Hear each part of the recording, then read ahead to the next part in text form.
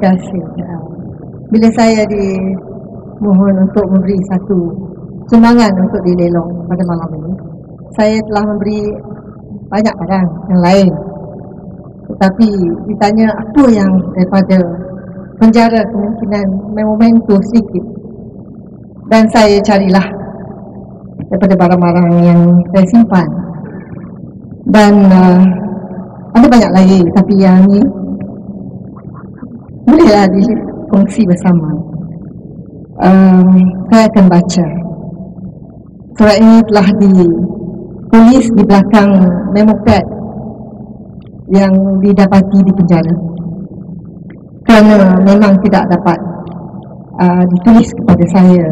Ini adalah curi-curi masuk di antara fail-fail melalui peguam. Saya bacakan ya, sebab saya kalau baca ni, bila saya serahkan pun menepis air mata.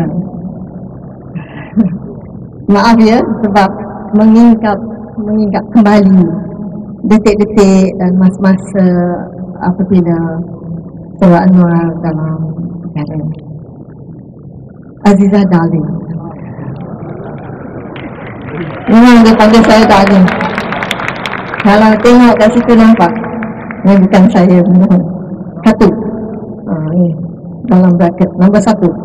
Please be careful about bringing food to me. Kalau kami nak membawa makanan, itu sembunyi-sembunyi, dimasuk-masukkan sini, dimasukkan situ. Kalau kita bagi cucuk kodok tu, memang kadang penyek lah. It's okay. Yesterday, I finished the nasi kerabu. Bring a little, especially now. Close watch. Susah nak makan. They're always in the room. 2. Brackets. No, it's serious. That one was personal. The media ops by them seem to be working a little. With semua propaganda, semua TV, semua surat khabar.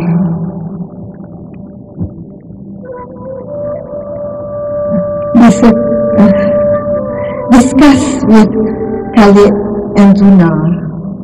Zuna memanglah ya, alam penjara ada. Discuss.